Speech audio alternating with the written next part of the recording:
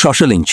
Mashhur aktrisa va bloger Feruza Normatova bilan bog'liq yangi bayonotlar ijtimoiy tarmoqlarda yana katta rezonans uyg'otdi. Bu safar aktrisa o'zining shaxsiy hayoti, turmush o'rtog'i bilan yosh farqi va nikohdagi mahr masalasi haqida ochiq gapirdi. Assalomu alaykum hurmatli tomoshabinlar. Siz Tezkor axborot kanalidasiz. Bugungi mavzu Feruza Normatovaning Instagram orqali bergan javoblari va uning shaxsiy hayoti atrofida yuzaga kelgan muhokamalar haqida. Ma'lumki, aktrisa shu yilning 15-may kuni xorazmlik yosh sportchi Alloyor Abdushukurov bilan turmush qurgani haqida xabarlar tarqalgan edi. Oradan ko'p o'tmay esa ijtimoiy tarmoqlarda turli savollar va muhokamalar boshlanib ketdi. Ayniqsa, muxlislarni ikki masala qiziqtirdi. Birinchisi, turmush o'rtog'i bilan yoshdagi farq. Ikkinchisi esa Feruza Normatovaning mahr uchun nima so'ragani bo'ldi. Aktrisa Instagramdagi savol-javob jarayonida ushbu savollarga batafsil javob berdi. Unga aynan shu inson sizniki ekanini qaysi xislatidan bildingiz degan savol berilganida Feruza Normatova juda hissiyotli javob qaytardi. Aktrisaning aytishicha, haj safaridan qaytgach uning hayotida ketma-ket qiyin sinovlar boshlangan. U o'sha paytlarni juda og'ir ruhiy holatda o'tkazganini yashirmadi. Feruza Normatovaning so'zlariga ko'ra, shunday kunlar bo'lganki, u yashashdan umidini yo'qotganini his qilgan. Aktrisa shunday dedi: Allohdan yoki meni huzuriga tezroq chaqirishini, yoki hayotimni butunlay o'zgartirib yuboradigan inson yuborishini so'ragandim. Oradan ko'p o'tmay esa uning hayoti keskin o'zgargani aytilmoqda.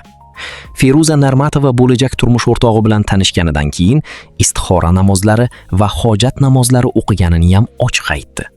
Uning ta'kidlashicha, har safar ular bir-biriga yanada yaqinlashib borgan va o'zaro mehr kuchaygan. Aktrisa ushbu munosabatni taqdir va ko'p duolarning natijasi sifatida baholadi. Kim nima desa desin, bu insonni menga Alloh yuborgan degan mazmundagi so'zlari esa ijtimoiy tarmoqlarda keng tarqaldi. Ammo eng ko'p muhokama qilingan mavzulardan biri mahr masalasi bo'ldi. Feruza Normatovaning aytishicha, u turmush o'rtog'idan mahr sifatida 100 ta Qur'on kitob so'ragan. Aktrisaning ta'kidlashicha, ushbu mahr uning shaxsiy mulki hisoblanadi va uni qanday ishlatishi hozircha sir bo'lib qoladi.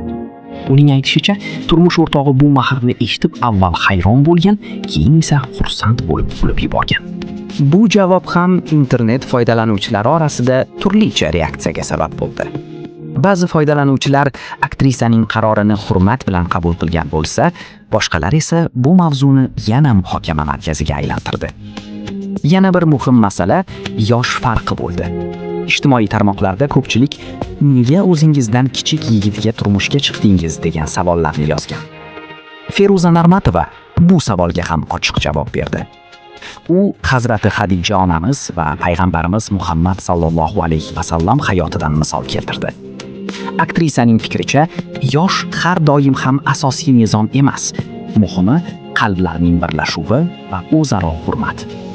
Feruza Normatova shunday dedi: Muhimi tashqi ko'rinish emas, qalb bilan birlashish. Aynan shu so'zlar ijtimoiy tarmoqlarda eng ko'p muhokama qilinayotgan iboralardan biriga aylandi. Boshqa tomondan esa ayrim foydalanuvchilar aktrisaning fikrlarini qo'llab-quvvatladi. Ularning aytishicha, har bir inson o'z hayoti va tanlovi uchun o'zi javob beradi. Ammo yana bir savol paydo bo'lmoqda. Nega mashhurlar shaxsiy hayoti doim omma markazida bo'ladi? Mutaxassislarning fikricha, ijtimoiy tarmoqlar davrida mashhur insonlarning har bir gapi va har bir qarori bir necha daqiqada katta muhokamaga aylanmoqda. Natijada oddiy oilaviy mavzu ham millionlab odamlar e'tiboriga tushishi mumkin. Feruza Normatova bilan bog'liq vaziyatda ham aynan shu holat kuzatilmoqda. Shu bilan birga, aktrisa avvalroq turmush o'rtog'i bilan bog'liq ayrim mishmishlarga ham javob bergan edi. Bu esa mavzu atrofidagi qiziqishni yanada kuchaytirdi. Xulosa qilib aytganda, Feruza Normatovaning yangi bayonotlari nafaqat show-biznes, balki ijtimoiy tarmoqlarda ham katta rezonans uyg'otdi. Aktrisaning mahr, yosh farqi va taqdir haqidagi fikrlari hali uzoq vaqt davomida muhokama qilinishi mumkin. Qadrli tomoshabin, siz bu masala haqida qanday fikrdasiz? Sizningcha yosh farqi oilaviy hayotda muhim rol o'ynaydimi? Fikrlaringizni izohlarda yozib qoldiring.